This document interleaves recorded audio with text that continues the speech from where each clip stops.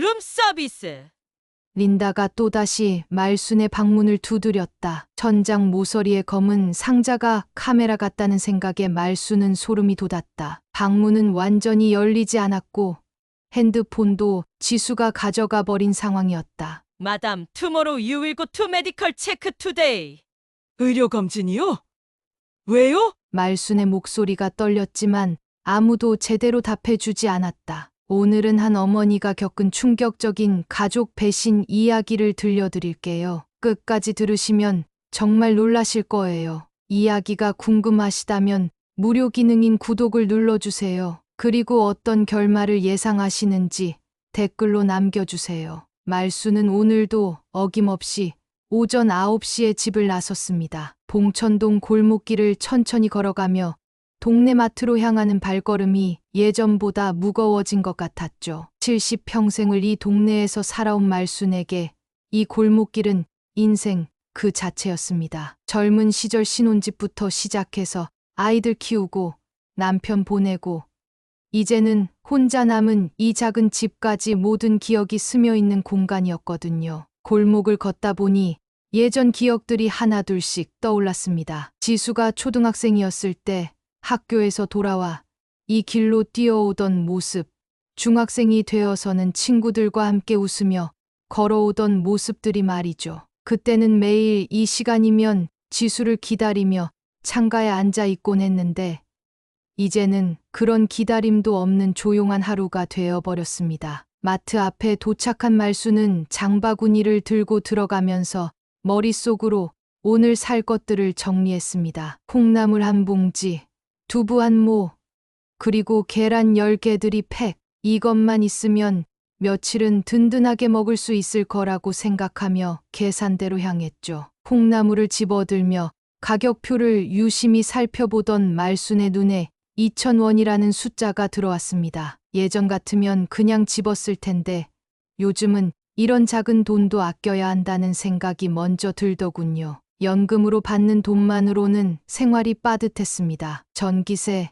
가스비, 관리비까지 내고 나면 한 달 생활비로 남는 돈이 그리 많지 않았거든요. 그래서 마트에 올 때마다 계산기를 두드려가며 꼼꼼히 따져보게 되었죠. 젊었을 때는 아이들 먹일 것만 생각했는데 이제는 혼자 먹을 것도 이렇게 계산해가며 사야 하는 현실이 때로는 서글펐습니다. 어머, 말순 씨 안녕하세요. 뒤에서 누군가 말을 거는 소리에 말순이 돌아보니 같은 아파트에 사는 박 여사였습니다. 박 여사는 언제나 밝은 표정으로 사람들에게 말을 걸어오는 성격이었는데 오늘도 역시 무언가 자랑할 거리가 있어 보였죠. 박 여사는 말순보다 2살 어렸지만 항상 활기차 보였습니다. 아마도 자식들이 자주 찾아와서 그런 게 아닐까 싶었어요. 아, 박 여사님, 안녕하세요. 장 보러 나오셨나 보네요. 말순이 인사를 건네자 박 여사는 얼굴에 웃음을 가득 띠며 다가왔습니다. 박 여사의 표정을 보니 뭔가 좋은 일이 있었나 싶어서 말순도 덩달아 기분이 좋아졌어요. 이런 일상적인 만남이 말순에게는 소중한 위안이 되곤 했거든요. 말순 씨, 우리 딸이 이번엔 나랑 방콕 간다네요. 벌써 티켓도 끊어놨다고 하더라고요. 아이고, 그 애가 효녀라니까요. 처음엔 혼자 가겠다고 하더니 갑자기 엄마도 같이 가자고 하네요. 박 여사의 말을 들으며 말순은 고개를 끄덕였지만 마음 한편으로는 묘한 감정이 스쳐 지나갔습니다. 부러움이었을까요? 아니면 그리움이었을까요? 말순도 딸 지수와 함께 어디든 여행을 가보고 싶다는 생각을 해본 적이 있었거든요. 하지만 지수는 바쁘다는 이유로 명절 때나 잠깐 얼굴을 보이는 게 전부였습니다. 아, 그래요? 좋으시겠어요. 딸이랑 여행 가는 게. 말순이 대답하자 박 여사는 더욱 신이 나서 이야기를 이어갔습니다. 그러게 말이에요. 호텔도 딸이 다 알아봤다고 하고, 아이고, 팔자 좋은 늙은이 되긴 했어요. 그런데 말순 씨 딸은 요즘 어떻게 지내나요? 한참 안 봤네요. 박 여사의 질문에 말순은 잠시 말문이 막혔습니다. 지수 이야기를 하자니 마음이 복잡해졌거든요. 바쁘다고 하지만 정작 만나자고 하면 이런저런 핑계를 대며 미루는 딸. 그래도 사랑하는 딸이었지만 때로는 서운한 마음이 들기도 했습니다. 지수는 뭐 바쁘게 살고 있죠. 아이도 키우고 일도 하고 그러니까요. 말순의 대답에 박 여사는 고개를 끄덕이며 이해한다는 표정을 지었습니다. 그래도 가끔은 어머니랑 시간을 보내야 하는데 말이에요. 요즘 젊은 사람들은 다들 바쁘다고 하더라고요. 박 여사와 인사를 나누고 계산을 마친 말순은 마트를 나왔습니다. 집으로 돌아가는 길, 말순의 머릿속에는 박 여사의 말이 계속 맴돌았어요. 딸과 함께 가는 해외여행이라니 정말 부러운 일이었습니다. 말순도 한 번쯤은 지수와 함께 어디든 가보고 싶었거든요. 집에 도착한 말순은 장바구니를 부엌에 놓고 잠시 거실 소파에 앉았습니다. 텔레비전을 켜지도 않은 채 그냥 조용히 앉아서 생각에 잠겼죠. 문득 지수의 얼굴이 떠올랐습니다. 결혼하고 나서는 바쁘다는 핑계로 자주 오지 않는 딸. 하지만 여전히 말순에게는 소중한 딸이었어요. 우리 지수도 엄마랑 한 번쯤 여행 가고 싶진 않을까. 말순은 속으로 이런 생각을 하며 작은 한숨을 내쉬었습니다. 지수가 어렸을 때는 함께 놀러 다니는 일이 많았는데 언제부터인가 그런 시간들이 사라져버린 것 같았어요. 아이를 낳고 살림살이에 바빠지고 그러다 보니 어느새 모녀 간의 거리도 멀어진 것 같았습니다. 말순은 핸드폰을 들어 지수의 번호를 찾아보았습니다. 전화를 걸까 하다가도 괜히 귀찮게 할 것 같아서 다시 내려놓곤 했죠. 이런 마음을 지수가 알까 싶어서 말하지도 못하고 그저 혼자서만 생각하고 있는 자신이 안쓰러웠습니다. 나이가 들면서 자식들에게 짐이 되고 싶지 않다는 마음이 더 커져만 갔거든요. 저녁을 간단히 먹고 나서 말순은 다시 거실로 나와 앉았습니다. 오늘 하루도 이렇게 조용히 지나가는구나 싶었죠. 매일매일이 비슷한 일상의 반복이었지만 그래도 건강하게 하루를 보낼 수 있다는 것에 감사했습니다. 다만 가끔씩은 이런 생각이 들었어요. 남은 인생 정말 이렇게만 살아야 하는 걸까 하는. 혹시 지수도 박 여사 딸처럼 언젠가는 엄마와 함께 어딘가 가자고 말해줄 날이 올까 하는 기대감을 품어보기도 했습니다. 말순은 창밖을 바라보며 오늘도 하루를 마무리했습니다. 내일도 비슷한 하루가 될 테지만 그래도 작은 희망 하나는 품고 살아가고 싶었습니다. 며칠이 지난 어느 목요일 오후 말순은 설거지를 하다가 핸드폰 벨소리에 놀랐습니다. 지수에게서 전화가 온 것이었죠. 평소 같으면 일주일에 한 번 정도 안부 전화를 하는 딸이 이렇게 갑자기 전화를 하다니 무슨 일인가 싶어 마음이 두근거렸습니다. 여보세요. 지수야, 엄마, 안녕하세요. 바쁘시지 않죠?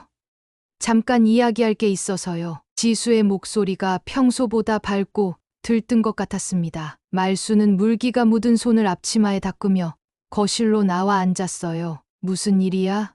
목소리가 좋아 보이네. 엄마, 진짜 좋은 소식이 있어요. 이번에 우리 가족이랑 여행 가려고 하는데 엄마도 같이 가실래요? 말순은 귀를 의심했습니다. 여행이라니 그것도 자기도 함께 가자는 말이었거든요. 며칠 전 박 여사의 이야기를 들으며 부러워했던 그 일이 자신에게도 일어나다니 믿기지 않았어요. 여행이라고? 어디로? 방콕이요. 방콕, 치앙마이, 코사무이까지 다 돌아볼 거예요. 엄마, 해외여행 한 번도 안 가보셨잖아요. 이번 기회에 우리랑 같이 가요. 지수의 말에 말순의 마음이 뛰기 시작했습니다. 해외여행이라니 생각만 해도 설레었어요. 평생 우리나라 밖으로 나가본 적이 없던 말순에게는 꿈만 같은 이야기였습니다. 정말이야? 그런데 비용이 많이 들 텐데 걱정 마세요. 엄마, 다 계획이 있어요. 아, 그런데 조건이 몇 가지 있긴 해요. 지수의 목소리에 약간의 변화가 있었지만 말순은 너무 기뻐서 눈치채지 못했습니다. 무슨 조건이야? 첫 번째, 비행기표는 엄마가 끊어주세요. 저희는 지금 카드 한도가 좀 빠듯해서요. 두 번째, 호텔은 제가 알아볼게요. 엄마 취향에 맞는 좋은 곳으로요. 세 번째, 민지가 아직 어리니까 엄마가 좀 봐주셔야 해요. 말순은 조건들을 들으며 고개를 끄덕였습니다. 비행기표 정도야 기꺼이 낼 수 있었고 손녀 민지를 돌보는 것도 당연한 일이라고 생각했거든요. 그 정도야 뭐 비행기표가 얼마나 나올까? 한 사람당 100만 원 정도 예상하시면 될 것 같아요. 저희 가족 4명이랑 엄마까지 5명이니까 500만 원 정도요. 말수는 잠시 말을 멈췄습니다. 500만 원이라는 돈은 결코 작은 돈이 아니었거든요. 하지만 평생 한 번뿐일지도 모르는 가족 여행, 그것도 해외여행이라니 마음이 흔들렸습니다. 그래도 좀 많이 드는구나. 엄마, 아이랑 우리도 스트레스 좀 풀고 싶어요. 요즘 사업이 힘들어서 가족들이랑 시간도 제대로 못 보내고 있거든요. 엄마가 계시니까 이런 여행도 가능한 거죠. 평소에 엄마한테 효도도 제대로 못했는데 이번 기회에 같이 좋은 추억 만들어요. 지수의 말에 말순의 마음이 움직였습니다. 효도라는 말, 그리고 함께 추억을 만들자는 말이 가슴 깊이 와닿았거든요. 그동안 바쁘다는 이유로 자주 만나지 못했던 지수가 이렇게 먼저 여행을 제안하다니 정말 기뻤습니다. 사업이 힘들다고? 괜찮아? 네, 괜찮아요. 그래서 더욱 이번 여행이 필요한 것 같아요. 가족들이랑 시간을 보내면서 재충전도 하고요. 엄마, 어떠세요? 말수는 잠시 생각해 보았습니다. 통장에 있는 돈을 생각해 보니 500만 원을 쓰면 앞으로 생활이 좀 빠듯해질 것 같았어요. 하지만 딸이 먼저 함께 가자고 하는데 거절할 수는 없었습니다. 알았어. 엄마가 비행기표 낼게. 언제 가는 거야? 다음 주 화요일이요. 일주일 있다가요. 준비할 시간은 충분해요. 그렇게 빨리? 여권은 있어? 엄마 여권은 제가 알아봤는데 아직 유효해요. 걱정 마세요. 지수가 자신의 여권까지 미리 확인해봤다는 말에 말수는 감동했습니다. 정말 세심하게 계획을 세운 것 같았거든요. 그럼 내일 은행 가서 돈 준비할게. 고마워요. 엄마, 정말 좋은 여행이 될 거예요. 아, 그리고 짐은 많이 안 챙기셔도 돼요. 현지에서 필요한 건 다 살 수 있으니까요. 전화를 끊고 나서 말수는 한동안 멍하니 앉아 있었습니다. 정말 꿈만 같은 일이었어요. 평생 처음 가보는 해외여행. 그것도 사랑하는 딸과 사위, 그리고 귀여운 손녀와 함께 가는 여행이라니 생각만 해도 설렜습니다. 말수는 서둘러 옷장을 열어보았습니다. 해외여행에 입고 갈 옷들을 골라봐야겠다고 생각했거든요. 오래된 옷들이 대부분이었지만 그래도 가장 괜찮은 것들을 골라서 준비해야겠다고 마음먹었어요. 한 번뿐인 인생, 얘들이랑 함께면 어디든 좋지. 말수는 속으로 이렇게 다짐하며 통장을 꺼내 잔고를 확인해 보았습니다. 500만 원을 쓰면 남는 돈이 많지 않을 테지만 딸과 함께하는 소중한 시간을 돈으로 따질 수는 없다고 생각했어요. 그동안 지수를 위해 모아둔 돈이니 이럴 때 쓰는 게 맞다는 생각도 들었습니다. 그날 밤 말수는 오랜만에 설레는 마음으로 잠자리에 들었습니다. 내일 은행에서 돈을 준비하고 여행 준비도 해야겠다고 생각하니 가슴이 두근거렸어요. 박 여사에게도 자랑해야겠다는 생각까지 들었습니다. 여행 당일 아침, 말수는 새벽 5시에 일어나 마지막 짐 점검을 했습니다. 가방 안에는 며칠 전 새로 산 옷과 상비약, 그리고 손녀 민지를 위해 준비한 간식들이 들어있었어요. 평생 처음 가는 해외여행이라 무엇을 준비해야 할지 몰라서 이것저것 다 챙긴 탓에 가방이 무거워졌지만 마음만큼은 가벼웠습니다. 공항에서 만나기로 한 시간은 오전 10시였습니다. 말수는 일찍 나가서 지순의 가족을 기다리고 있었는데 시간이 되어도 오지 않아서 조금 걱정이 되었어요. 10분쯤 늦게 지수가 사위 성우와 민지와 함께 나타났습니다. 엄마, 죄송해요. 길이 막혀서 늦었네요. 지수가 미안하다며 인사를 건넸지만 표정이 평소와 달리 어딘가 어색해 보였습니다. 성우도 인사는 건넸지만 말순과 눈을 제대로 마주치지 않는 것 같았어요. 괜찮아.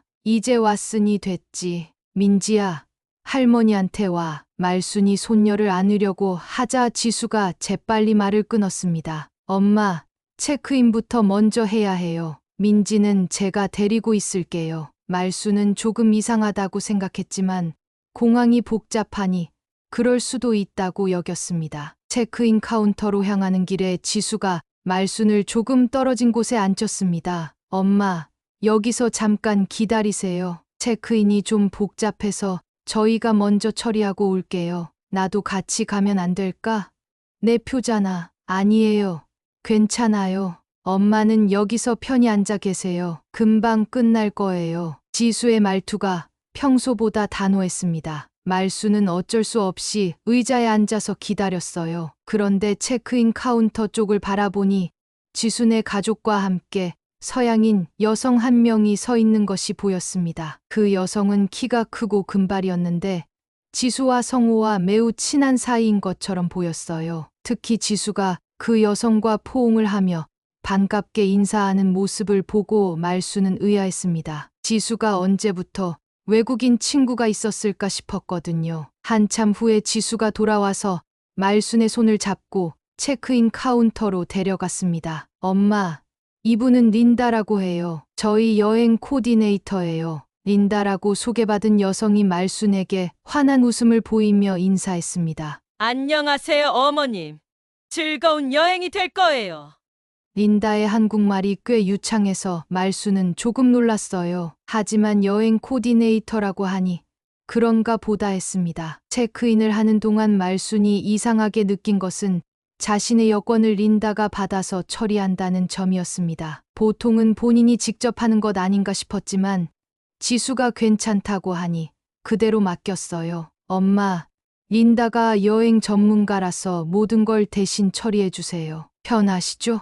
지수의 설명에 말수는 고개를 끄덕였지만 마음 한편으로는 뭔가 어색한 기분이 들었습니다. 여행 코디네이터라는 사람이 왜 체크인까지 대신 해주는 건지 이해가 되지 않았거든요. 비행기에 탑승할 시간이 되자 더욱 이상한 일이 벌어졌습니다. 말순의 좌석은 맨 뒷자리 창문도 없는 자리였고 지순의 가족은 앞쪽 비즈니스석에 앉는 것이었어요. 지수야, 우리 왜 따로 앉아? 아, 엄마, 죄송해요. 좌석을 예약할 때 실수가 있었나 봐요. 비행기 안에서는 어차피 잠만 잘 거니까 괜찮으시죠? 말수는 서운했지만 이미 탑승한 상황이라 어쩔 수 없었습니다. 린다가 말순을 자리까지 안내해주면서 친절하게 웃어 보였지만 왠지 그 웃음이 진심으로 느껴지지 않았어요. 비행기가 이륙하고 나서 말수는 혼자 앉아 생각에 잠겼습니다. 뭔가 이상한 점들이 하나둘씩 떠오르기 시작했거든요. 왜 체크인을 혼자 못하게 했을까?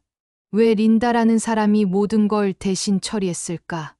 왜 가족끼리 좌석이 떨어져 있을까? 그러던 중 승무원이 와서 말순에게 물을 건네주면서 작은 목소리로 말했습니다. 할머니, 괜찮으세요? 뭔가 불편한 점은 없으시고요. 승무원의 표정이 걱정스러워 보였는데 말수는 왜 이런 질문을 하는지 궁금했어요. 네, 괜찮아요. 그런데 왜 그런 말씀을... 아무것도 아니에요. 그냥 혹시나 해서요. 승무원은 얼른 자리를 떠났지만 말순의 마음은 더욱 불안해졌습니다. 왜 승무원이 자신만 특별히 걱정하는 듯한 표정을 지었을까요? 몇 시간의 비행 끝에 방콕에 도착했습니다. 공항에서 나오자마자 린다가 미리 준비한 차량이 기다리고 있었어요. 호텔로 가는 길에 말수는 창밖 풍경을 보며 처음 보는 이국 땅에 대한 설렘을 느꼈지만 동시에 계속해서 이상한 느낌이 들었습니다. 호텔에 도착한 후 더욱 의외의 일이 벌어졌습니다. 방 배정을 받을 때 말수는 혼자 방을 쓰게 되었고 지순의 가족은 다른 층의 방을 배정받았어요. 엄마, 민지가 아직 어려서 밤에 울면 엄마 잠을 깨울까 봐 따로 방을 잡았어요. 대신 낮에는 민지를 엄마가 봐주세요. 지수의 설명은 그럴듯했지만 말수는 뭔가 석연치 않았습니다. 가족 여행을 왔으면서 왜 이렇게 자꾸 떨어져 있게 되는 걸까요? 방에 들어가서 짐을 풀던 말수는 문득 민지가 보고 싶어서 지수에게 전화를 걸려고 했습니다. 그런데 핸드폰이 보이지 않았어요. 가방을 뒤져봐도 없었습니다. 그때 노크 소리가 들리더니 지수가 들어왔습니다. 엄마, 핸드폰 찾으세요? 제가 가지고 있어요. 해외에서는 로밍비가 많이 나와서 엄마 것은 제가 보관하고 필요하면 제 폰 쓰세요. 말수는 뭔가 이상하다고 생각했지만 지수의 말이 일리 있다고 여겨서 그냥 넘어갔습니다. 하지만 마음 한구석에는 계속해서 불안한 기분이 자리 잡고 있었어요. 그날 밤 말수는 잠을 이루지 못했습니다. 뭔가 잘못되고 있다는 느낌이 점점 강해지고 있었거든요. 다음 날 아침 말수는 일찍 잠에서 깼습니다. 낯선 침대에서 잠을 제대로 이루지 못했거든요. 방 안을 둘러보니 어젯밤에는 미처 보지 못했던 것들이 눈에 들어왔어요. 천장 모서리에 작은 검은색 상자 같은 것이 달려 있었는데 자세히 보니 카메라 같았습니다. 말수는 깜짝 놀라서 그 검은색 상자를 유심히 바라보았어요. 정말 카메라가 맞는 것 같았습니다. 호텔 방 안에 왜 카메라가 있을까요? 보안을 위해서라고 하기에는 너무 이상했어요. 개인적인 공간인 호텔 방에 카메라를 설치하는 건 말이 안 되잖아요. 불안한 마음으로 화장실에 갔다가 나오는 길에 말수는 또 다른 이상한 점을 발견했습니다. 방문의 손잡이가 뭔가 이상했어요. 안에서 돌려도 완전히 열리지 않는 것 같았습니다. 몇 번 시도해봤지만 문이 잠길 듯 말 듯 애매한 상태였어요. 이상하다고 생각하며 문을 열려고 계속 시도하던 중 복도에서 발소리가 들렸습니다. 누군가 말순의 방 앞에서 멈춘 것 같았어요. 말순은 조용히 문 구멍으로 바깥을 들여다보았습니다. 복도에 린다가 서 있었습니다. 린다는 말순의 방문을 바라보며 무언가를 확인하는 듯한 표정을 짓고 있었어요. 그러더니 다른 방들도 하나씩 확인하며 걸어갔습니다. 마치 무언가를 점검하는 것 같았는데 일반적인 호텔 직원의 행동 같지는 않았어요. 1시간쯤 후 노크 소리가 들렸습니다. 룸 서비스. 문 밖에서 린다의 목소리가 들렸어요. 말순이 문을 열자 린다가 환한 웃음을 지으며 들어왔습니다. 어머님 잘 주무셨어요? 아침 식사 가져왔어요. 린다는 쟁반에 간단한 과일과 빵을 들고 왔는데 말수는 고마우면서도 뭔가 어색했습니다. 보통 룸서비스는 호텔 직원이 하는 것 아닌가요? 왜 여행 코디네이터인 린다가 직접 가져오는 걸까요? 고마워요. 그런데 지수와 민지는 어디 있어요? 아, 딸님네는 일찍 나가셨어요. 오늘 일정이 있다고 하시더라고요. 어머님은 좀 더 쉬시라고 하셨어요. 말수는 이상했습니다. 가족 여행을 왔는데 왜 자신만 빼고 나간 걸까요? 그것도 미리 말도 없이요. 언제 돌아와요? 나도 같이 가면 안 되나요? 오늘은 좀 힘든 일정이라서요. 내일부터는 같이 다니실 수 있어요. 걱정 마세요.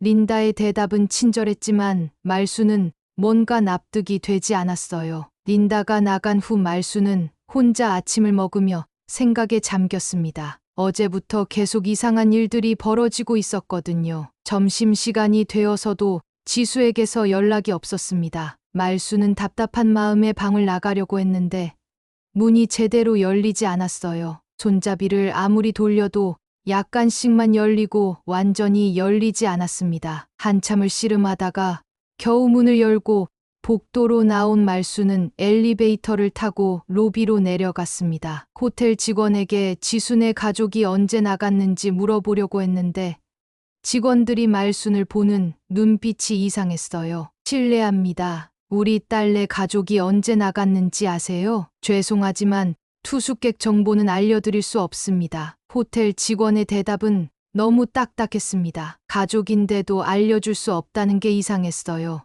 말수는 할 수 없이 다시 방으로 돌아갔습니다. 오후에 또다시 노크 소리가 들렸습니다. 룸 서비스. 또 린다였습니다. 이번에는 점심을 가져왔다고 했어요. 어머님 점심 드세요. 딸님이 어머님 좋아하실 만한 음식으로 주문하라고 하셨어요. 말수는 린다가 자꾸 룸서비스를 가져오는 게 이상했습니다. 그리고 린다가 방 안을 유심히 살펴보는 것도 신경 쓰였어요. 린다 씨, 지수는 언제 돌아와요? 연락도 안 되고. 곧 돌아오실 거예요. 걱정 마세요. 어머님은 편히 쉬세요. 린다는 항상 같은 대답만 했습니다. 말수는 점점 불안해졌어요. 저녁이 되어서도 지수에게서 연락이 없자 말수는 정말 걱정이 되기 시작했습니다. 그때 방문을 두드리는 소리가 들렸는데 이번에는 호텔 직원이었어요. 마담, 투모로우 you will go to medical check today. 직원이 어눌한 영어로 말했지만 말수는 대충 알아들을 수 있었습니다. 내일 의료검진을 받으러 가야 한다는 뜻 같았어요. 의료검진이요? 왜요? 말순이 한국말로 물어보자 직원은 당황하는 것 같았습니다. 그러더니 린다를 부르러 갔어요. 곧 린다가 나타났습니다. 어머님, 내일 간단한 건강검진을 받으실 거예요. 해외여행 보험 때문에 필요한 절차라고 하네요. 건강검진이요? 그런 건 처음 들어보는데요. 요즘은 다 이렇게 한다고 해요. 걱정 마세요. 간단한 검사예요. 린다의 설명을 들어도 말수는 의심스러웠습니다. 해외여행 보험 때문에 현지에서 건강검진을 받는다는 게 말이 되나요? 그날 밤 말수는 더욱 잠을 이루지 못했습니다. 천장에 카메라가 자신을 감시하고 있는 것 같았고, 문은 제대로 열리지 않고, 가족들은 연락도 없이 사라지고, 이상한 검진을 받으라고 하고, 모든 게 이상했어요. 새벽에 화장실에 가려고 일어나던 말수는 복도에서 누군가 대화하는 소리를 들었습니다. 문에 귀를 대고 들어보니 린다의 목소리 같았어요. 다른 누군가와 전화 통화를 하고 있는 것 같았는데 내용이 심상치 않았습니다. 네, 준비는 다 되었습니다. 내일 데려갈게요. 걱정 마세요. 말수는 등골이 오싹해졌습니다. 무엇을 준비했다는 걸까요? 누구를 데려간다는 걸까요?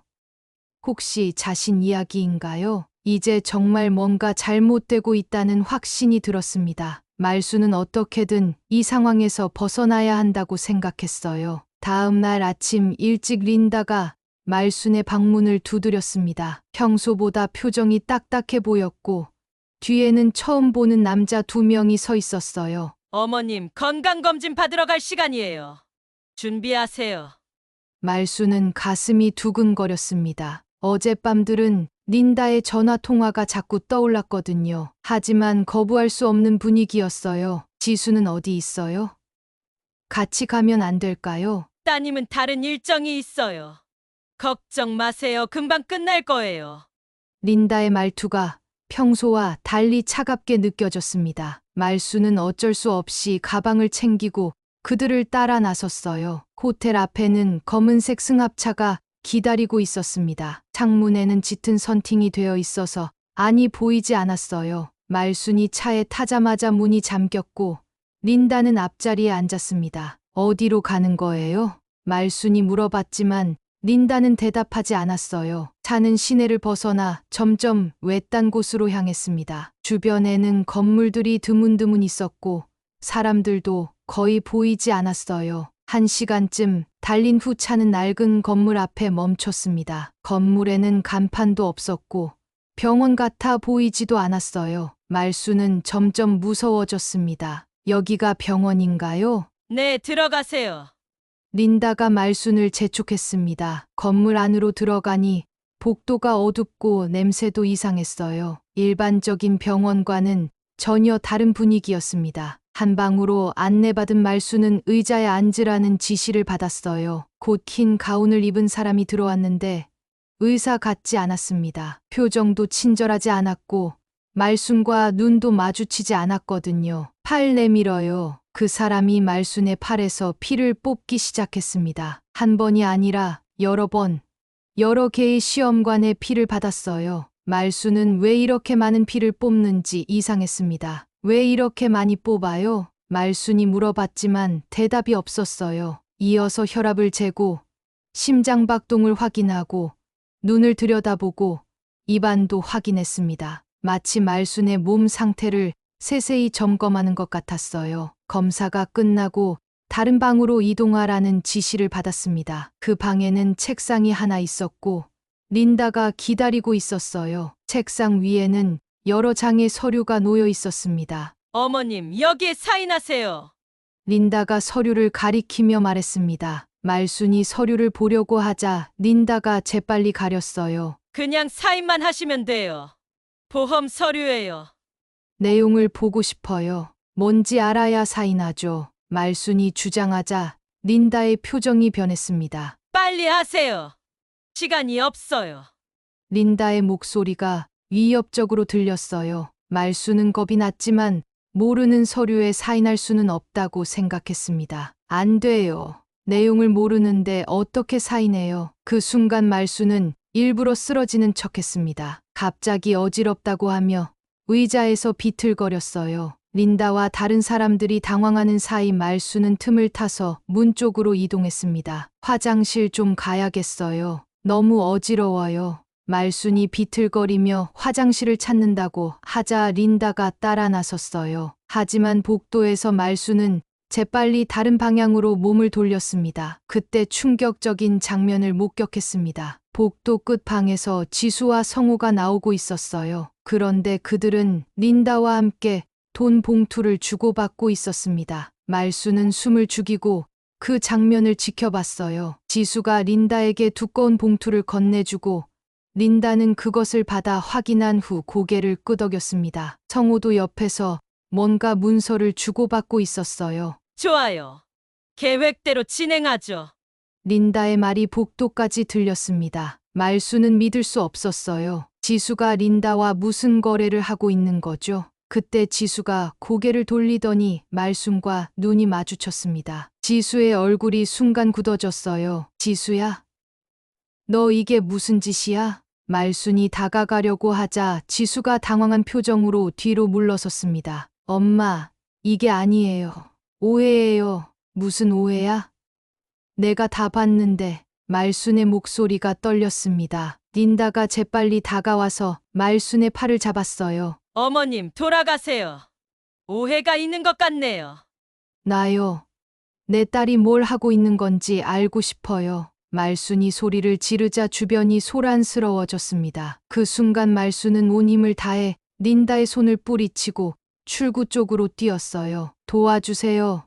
살려주세요. 말순이 복도에서 소리를 지르자 건물 안이 순식간에 혼란스러워졌습니다. 린다와 다른 사람들이 말순을 쫓아왔지만 말순은 필사적으로 뛰었어요. 다행히 건물 뒤쪽으로 나갈 수 있는 문을 발견했습니다. 말순은 그 문으로 뛰어나가 건물을 벗어났어요. 뒤에서 추격하는 소리가 들렸지만 말순은 멈추지 않고 계속 뛰었습니다. 건물에서 멀어진 후 말순은 길가에 주저앉았어요. 숨이 턱까지 차올랐고 다리도 후들거렸습니다. 하지만 그보다도 마음이 더 아팠어요. 지수가 자신을 속였다는 사실, 그리고 무언가 끔찍한 일에 연루되어 있다는 사실이 믿어지지 않았습니다. 평생을 위해 살아온 딸이 자신에게 이런 짓을 하다니요. 말수는 떨리는 손으로 지나가는 사람들에게 도움을 청하기 시작했습니다. 이제 정말로 위험한 상황이라는 것을 깨달았거든요.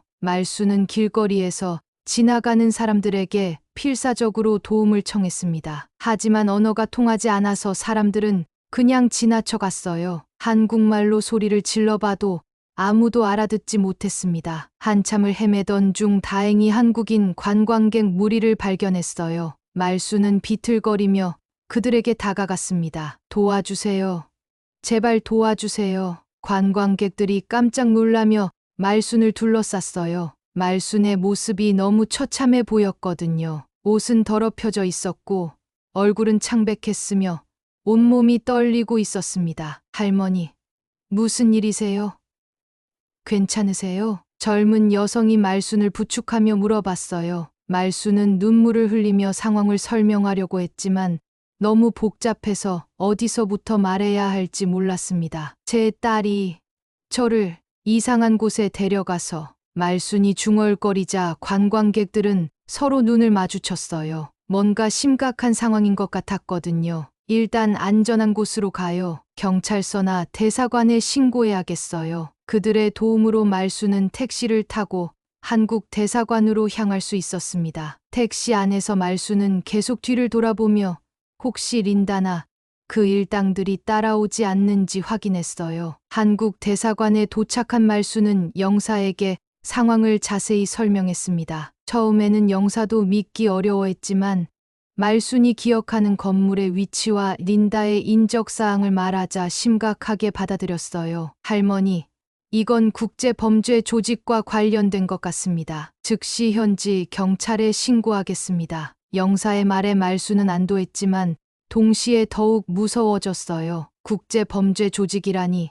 지수가 대체 무슨 일에 연루된 걸까요? 몇 시간 후 태국 경찰이 와서 말순에게 자세한 진술을 받았습니다. 말수는 기억나는 모든 것을 털어놓았어요. 린다의 모습, 건물의 위치, 그리고 지수와 성호가 돈을 주고받던 장면까지 모든 것을 말했습니다. 경찰은 말순의 진술을 바탕으로 즉시 수사에 나섰어요. 말순이 설명한 건물을 찾아 급습 작전을 펼쳤고, 다행히 린다와 몇 명의 공범들을 현장에서 체포할 수 있었습니다. 하지만 지수와 성호는 이미 사라진 후였어요. 호텔에서도 체크아웃한 상태였고 연락도 되지 않았습니다. 심지어 민지도 어디 있는지 알 수 없었어요. 경찰 조사 결과 충격적인 사실들이 드러났습니다. 린다가 속한 조직은 한국의 중장년층을 타겟으로 하는 국제 사기 조직이었어요. 주로 보이스피싱과 관련된 일을 하는 인력을 모집하는 것이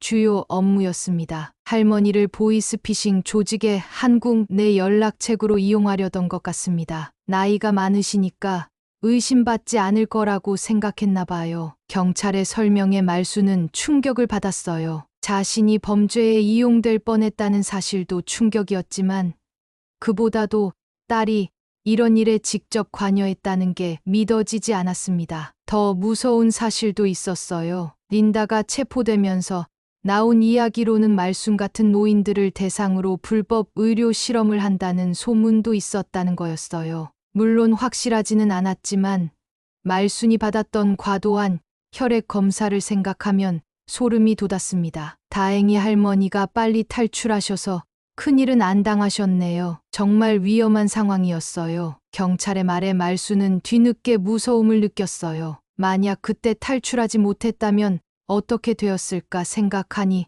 온몸이 떨렸습니다. 대사관에서는 말순의 긴급 귀국을 도와주었어요. 여권도 다시 발급받고 항공편도 예약해 주었습니다. 말순은 하루라도 빨리 한국으로 돌아가고 싶었거든요. 공항으로 향하는 차 안에서 말순은 창밖을 바라보며 생각에 잠겼어요. 평생을 위해 살았던 딸이 자신을 이런 위험에 빠뜨렸다는 사실이 아직도 믿어지지 않았습니다. 내가 뭘 잘못했길래 지수가 이런 짓을 했을까? 말순은 자신을 탓하기도 했어요. 혹시 평소에 지수에게 무리한 요구를 했거나 부담을 주었던 건 아닐까 하는 생각이 들었거든요. 하지만 곧 그런 생각을 떨쳐냈습니다. 아무리 힘든 일이 있어도 자신의 어머니를 범죄 조직에 넘기는 건 용서할 수 없는 일이었거든요. 비행기 안에서 말수는 한국에 돌아가면 어떻게 해야 할지 생각해 봤어요. 지수와 성우를 경찰에 신고해야 할까요?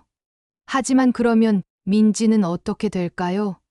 손녀까지 고아가 되는 건 아닐까 하는 걱정이 들었어요. 하지만 이내 마음을 굳혔습니다. 지수가 저지른 일은 명백한 범죄였고 다른 피해자들이 생기지 않도록 반드시 처벌받아야 했어요. 인천공항에 도착한 말수는 공항 경찰서에서 또 한 번 진술을 했습니다. 한국 경찰도 이미 태국 경찰로부터 연락을 받아 사건을 파악하고 있었어요. 지수 씨와 성우 씨는 아직 입국하지 않았습니다. 입국 금지 조치를 취했고 수배령도 내렸어요. 경찰의 말에 말수는 복잡한 마음이 들었어요. 딸이 수배자가 되었다는 사실이 마음 아팠지만 동시에 정의가 실현되는 것 같아서 다행이기도 했습니다. 집으로 돌아온 말수는 텅 빈 집 안에 홀로 앉아 있었어요. 며칠 전만 해도 설레는 마음으로 여행을 떠났는데 이제는 모든 게 악몽 같았습니다. 말수는 그날 밤 잠을 이루지 못했어요. 지수와의 추억들이 하나씩 떠올랐지만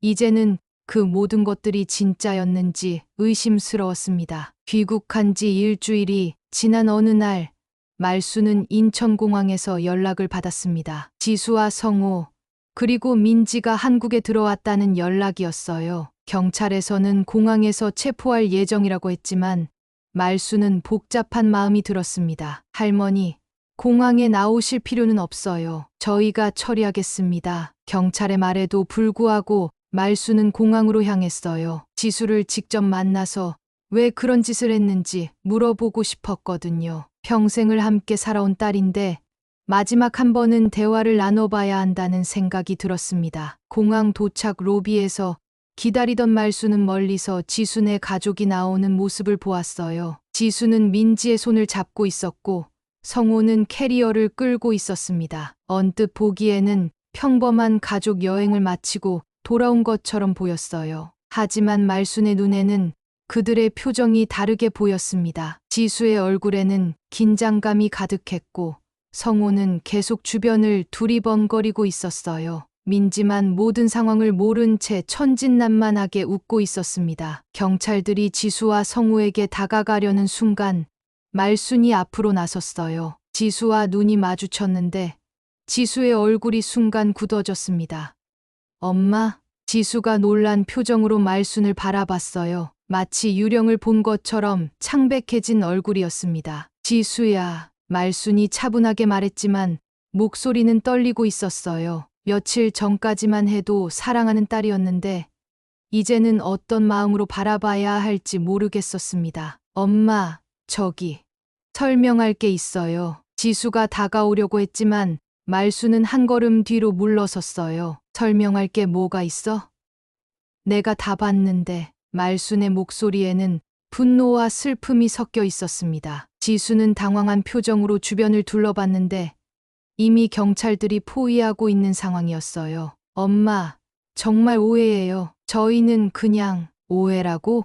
말순이 지수의 말을 끊었습니다. 내가 린다한테 돈 주는 것도 받고 나를 그 이상한 곳에 데려간 것도 다 알고 있어. 그런데 오해라고? 지수의 얼굴이 점점 더 창백해졌어요. 성호는 아예 말순과 눈도 마주치지 않고 있었습니다. 엄마, 우리도 어쩔 수 없었어요. 사업이 너무 힘들어서 어쩔 수 없었다고? 말순의 목소리가 높아졌습니다. 주변 사람들이 쳐다봤지만 말순은 신경 쓰지 않았어요. 너희들이 어쩔 수 없어서 나를 죽이려고 했다는 거야? 죽이려고 한 게 아니라 그럼 뭐야? 나를 범죄자로 만들려고 했던 거야? 아니면 다른 나쁜 짓에 이용하려고 했던 거야? 지수는 대답하지 못했어요. 변명할 말이 없었거든요. 그때 민지가 말순을 보고 달려왔습니다. 할머니 여행 재미있었어요? 순진한 민지의 모습을 보니 말순의 마음이 더욱 아팠어요. 이 아이는 아무것도 모르는데 부모가 할머니에게 이런 끔찍한 짓을 했다는 걸 알면 얼마나 충격을 받을까요? 말순은 민지를 꽉 안아주었습니다. 그리고 지수를 향해 차가운 시선을 보냈어요. 민지는 죄가 없어. 하지만 너희들은 다르지. 엄마, 정말 죄송해요. 다시는 이런 일 안 할게요. 지수가 울먹이며 사과했지만 말순의 마음은 이미 굳어 있었어요. 넌 날 팔았어. 말순의 말에 지수가 깜짝 놀랐습니다. 팔았다니. 그런 게 아니에요. 그럼 뭐야? 내가 날 그 사람들한테 넘겨서 나쁜 짓 시키려고 했잖아. 그게 팔아넘긴 게 아니면 뭐야? 지수는 더 이상 변명하지 못했어요. 말순의 말이 맞았거든요. 내가 날 죽이려 했다고. 이 말에 지수가 고개를 들었어요. 엄마, 죽이려고 한 건 아니에요. 정말로. 그럼 뭐 하려고 했는데? 나를 범죄자로 만들어서 감옥에 보내려고 했어? 아니면 다른 나쁜 일에 이용하려고 했어? 말순이 계속 추궁하자 지수는 결국 고개를 숙였어요. 그때 경찰이 다가와서 지수와 성우에게 수갑을 채웠습니다. 지수 씨, 성우 씨, 사기 및 국제범죄 조직 연루 혐의로 체포합니다. 지수가 체포되는 모습을 보며 말순은 마음이 아팠지만 동시에 이렇게 되어야 한다고 생각했어요. 법의 심판을 받는 것이 맞았습니다. 엄마, 지수가 끌려가면서 말순을 불렀지만 말순은 돌아보지 않았어요. 대신 차갑게 말했습니다. 이제부터 나는 너의 엄마가 아니야. 너도 나의 딸이 아니고. 엄마, 그런 말씀 마세요. 지수가 울부짖었지만 말순은 뒤돌아 걸어갔습니다. 민지가 할머니, 어디 가요? 라고 불렀지만 말순은 멈추지 않았어요. 공항을 나온 말순은 택시를 타고 집으로 향했습니다. 차창 밖 풍경을 보며 지난 일들을 생각해 봤어요. 정말 악몽 같은 시간이었습니다. 집에 도착한 말순은 곧바로 변호사 사무실에 전화를 걸었어요. 지수와 성우를 정식으로 고소하기 위해서였습니다. 아무리 딸이라고 해도 저지른 죄는 반드시 처벌받아야 했어요. 네, 사기죄와 국제범죄 조직 연루죄로 고소하고 싶습니다. 변호사와 통화를 마친 말수는 집 안을 정리하기 시작했어요. 지수와 관련된 모든 물건들을 박스에 담았습니다. 사진, 편지, 선물들 모든 것을 말이에요. 그리고 이웃 박 여사에게 전화를 걸었습니다. 박 여사님, 제가 잠시 집을 비울 것 같아요. 혹시 집 좀 봐주실 수 있나요? 어디 가시는데요? 좀 멀리 가서 살아보려고 해요. 이 동네에는 더 이상 있고 싶지 않아서요. 말수는 핸드폰 번호도 바꾸기로 마음먹었어요. 지수가 연락할 수 없도록 하기 위해서였습니다. 이제 정말로 딸과는 인연을 끊을 생각이었어요. 그날 밤 말수는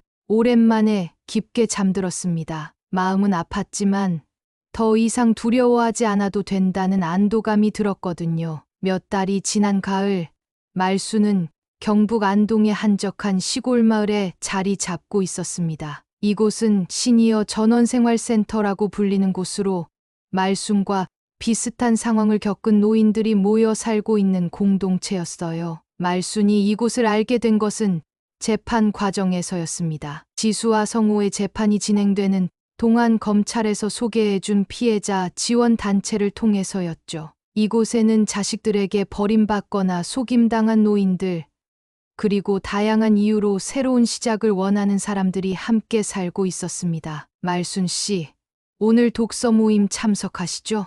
옆집에 사는 영자 씨가 말순의 문을 두드렸어요. 영자 씨는 말순보다 5살 어린 분으로 아들에게 전 재산을 사기당한 후 이곳에 오게 되었다고 했습니다. 네, 갈게요. 오늘은 무슨 책을 읽나요? 김소월 시집이에요. 가을이니까 딱 맞는 것 같아요. 말수는 영자 씨와 함께 센터 안의 독서실로 향했습니다. 이곳에서의 생활은 처음에는 어색했지만 점차 마음의 평화를 찾아가고 있었어요. 무엇보다 이곳 사람들은 서로의 아픔을 이해하고 있었습니다. 독서 모임에는 8명의 어르신들이 참석했어요. 모두 각자의 사연을 가지고 있었지만 이곳에서는 과거보다는 현재와 미래에 대해 이야기했습니다. 진달래꽃이 참 좋네요. 나도 어려서 산에서 진달래꽃 따서 화전 만들어 먹었는데, 한 어르신이 추억을 이야기하자 다른 분들도 하나둘씩 자신의 기억을 나누기 시작했어요. 말순도 어릴 때 어머니와 함께 진달래꽃을 따던 기억을 떠올렸습니다. 독서 모임이 끝난 후 말순은 센터 뒤편의 작은 텃밭으로 갔어요. 이곳에서 말순은 배추와 무, 그리고 각종 나무를 키우고 있었습니다. 흙을 만지고 식물을 기르는 일이 마음의 위로가 되었거든요. 말순 씨, 배추가 정말 잘 자랐네요. 센터의 원장인 김 선생님이 말순에게 다가왔어요. 김 선생님은 사회복지사 출신으로 이런 공동체를 만들어 운영하고 계셨습니다. 감사해요. 이렇게 뭔가 키우는 일이 좋더라고요. 마음이 많이 편해지셨나요? 김 선생님의 질문에 말수는 잠시 생각해 보았어요. 정말로 마음이 편해졌을까요? 네, 많이 편해졌어요. 처음에는 원망도 많이 하고 화도 많이 났는데 이제는 그런 감정들이 많이 사라졌어요. 실제로 말순의 마음은 많이 변해 있었습니다. 처음 이곳에 왔을 때는 지수에 대한 분노와 배신감으로 밤잠을 이루지 못했어요. 하지만 비슷한 경험을 한 사람들과 이야기를 나누고 새로운 일상을 만들어가면서 점차 마음의 평정을 찾아가고 있었습니다. 저녁 식사 시간이 되자 센터의 공동 식당에 모든 거주자들이 모였어요. 오늘은 말순이 기른 배추로 김치를 담그는 날이었습니다. 말순 씨 배추로 김치 담그니까 맛이 더 좋을 것 같아요. 제가 양념 준비했어요. 우리 함께 담가봐요.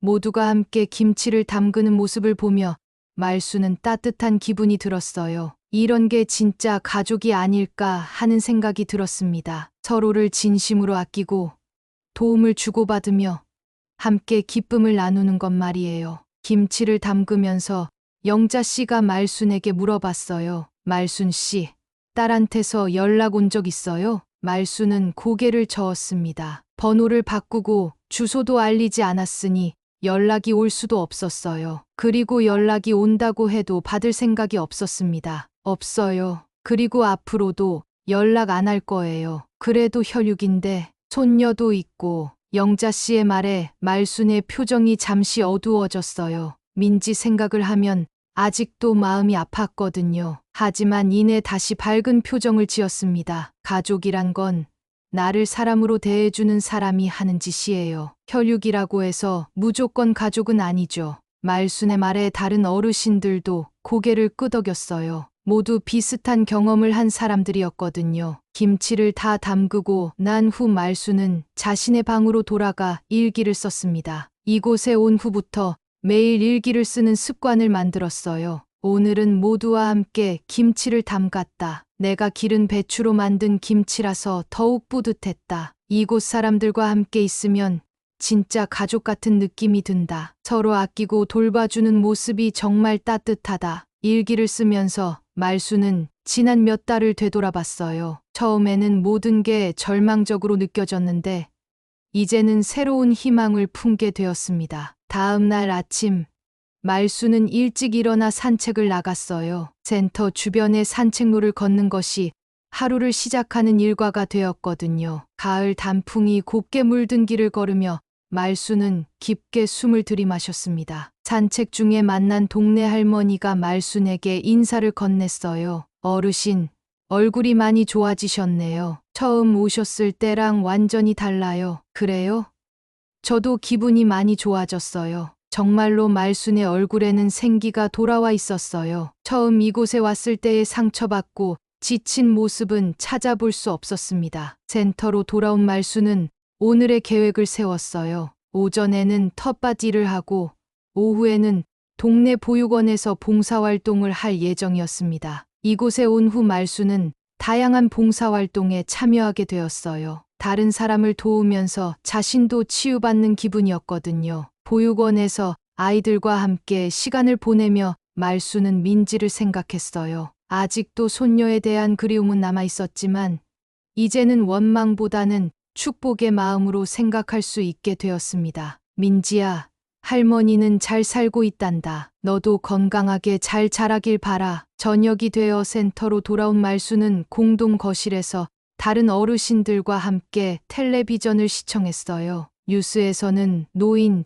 대상 범죄가 늘어나고 있다는 내용이 나왔습니다. 요즘 정말 무서운 세상이에요. 한 어르신이 걱정스럽게 말하자 말순이 답했어요. 그래서 더욱 우리가 조심해야 하고 서로 도와야 하는 것 같아요. 혼자서는 당할 수밖에 없으니까요. 그날 밤 잠자리에 들기 전 말순은 창밖을 바라보았습니다. 별이 유난히 밝게 빛나고 있었어요. 이젠 나를 위해 살기로 했다. 늦지 않았다. 말순은 속으로 이렇게 다짐하며 편안한 마음으로 잠자리에 들었습니다. 내일도 새로운 하루가 기다리고 있었고 그 하루를 함께할 소중한 사람들이 있었거든요. 진짜 가족은 혈연이 아니라 마음으로 맺어지는 것이라는 걸 말순은 이제 확실히 알게 되었습니다.